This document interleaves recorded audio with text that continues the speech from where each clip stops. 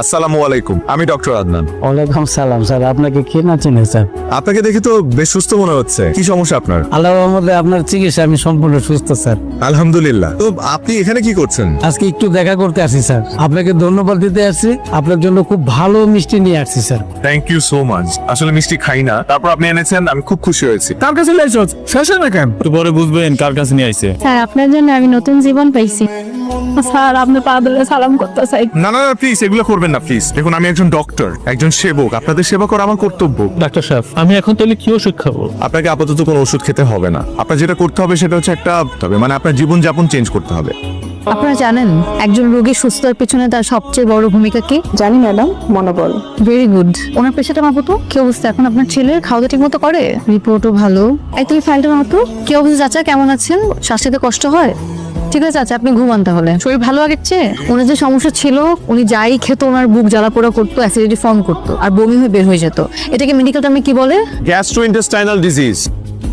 The clinical symptoms of this disease are abdominal pain, repeated diarrhea. আমার কথা তাহলে তোমার মনেও পড়ে? তোমার কি মনে হয় মনে পড়ে না? মনে পড়ে না। পেশেন্ট দেখতে আসছিলে নিশ্চয়ই, হুট করে আমার সাথে দেখা হয়ে গেল। তার মানে তুমি কি বলতে চাও, প্রফেশনাল লাইফের বাইরে আমার পার্সোনাল লাইফ বলে কিছু নেই? তোমার সাথে পরিচয় হওয়ার পর থেকে তো তাই দেখে আসছি।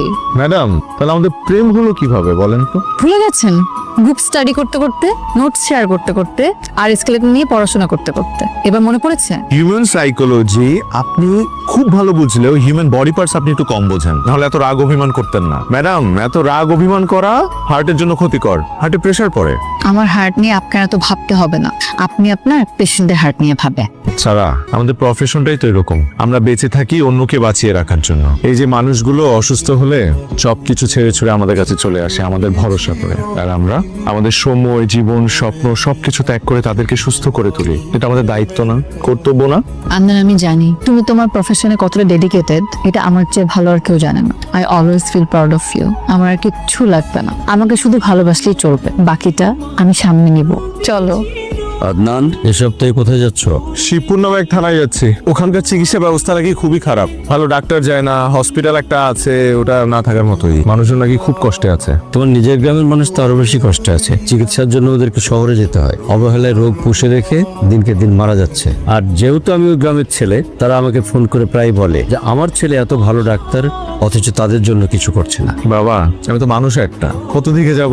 সপ্তাহে 6 দিন হসপিটালে ডিউটি করি, একদিন ছুটি পাই। সেই একদিনও আমি বিভিন্ন জেলায় ঘুরে বেড়াই সুবিধা বঞ্চিত মানুষদের সেবা দেওয়ার জন্য। তুই কথা বলতে বাবা, আমি তো শুধুমাত্র আমার গ্রামের মানুষদের জন্য ডক্টর হইনি, আমি আমার সামর্থ্য অনুযায়ী দেশের মানুষদের সেবা করে যেতে চাই। তারপরে বাবা, তুমি যেহেতু